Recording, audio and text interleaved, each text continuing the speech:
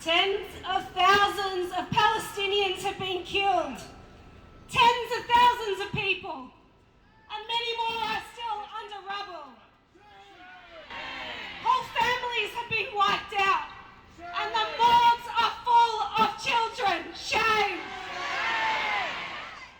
Nowhere is safe in Gaza. Nowhere. Not in schools, not in mosques, not in hospitals. Everything and everyone is a target for the Israeli state. Yesterday we heard the terrible news that Israel had targeted an ambulance convoy. Ambulances, for God's sake! Shame on you!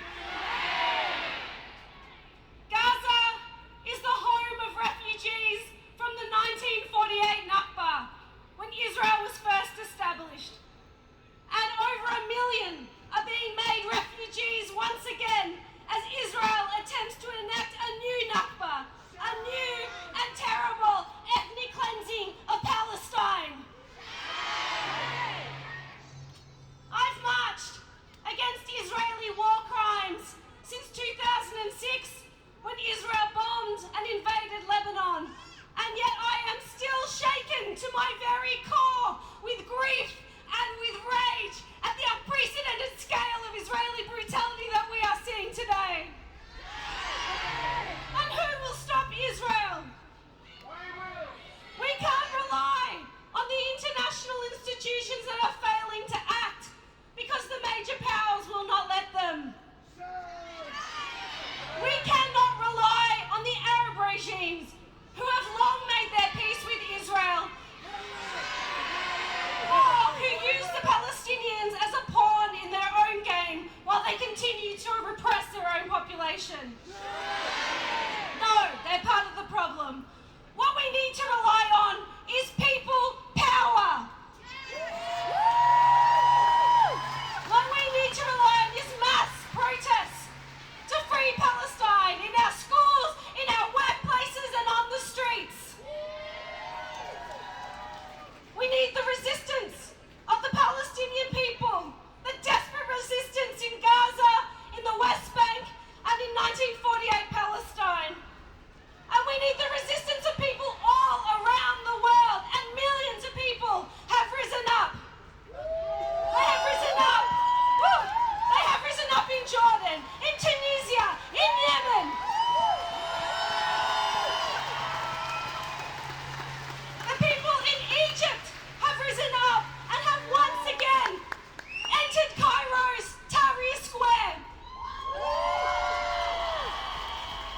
And they've allowed us to hope that maybe, just maybe, the cause of the Palestinians will reignite the struggle for democracy in Egypt.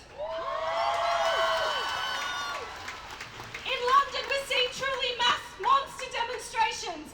In New York, hundreds of Jewish people have been arrested in Central Station, saying that the Israeli state does not act in their name. In Belgium, as Nayuka said, 5 transport unions have refused to load weapons for Israel. Take note, everybody. This is the potential power that ordinary working class people have to disrupt the war machine if we dare to use it. And in Australia, for 4 weekends consecutively, we've taken to the streets in our tens of thousands. These have been the biggest pro-Palestinian demonstrations in Australian history.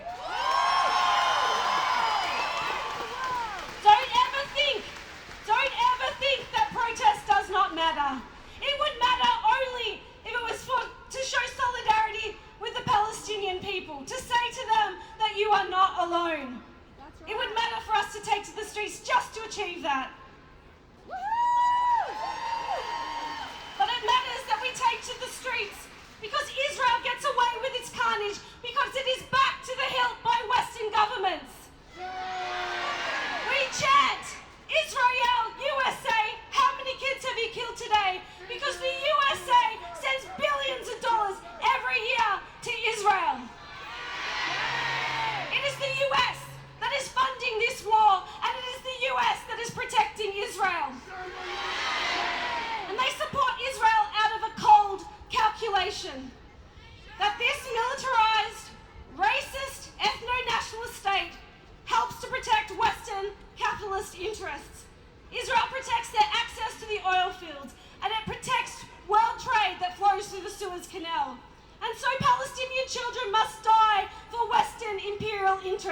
It is sickening. And the Australian government has blood on its hands as well. Last week, the Australian government shamefully abstained from a vote in the UN just to call for a humanitarian pause. Shame! Shame Albanese! And we should never forget that Penny Wong, the Foreign Minister of the Labor government, said, and I quote, "It's very difficult to judge Israel's decisions to enforce a total blockade on the Gaza Strip." Shame!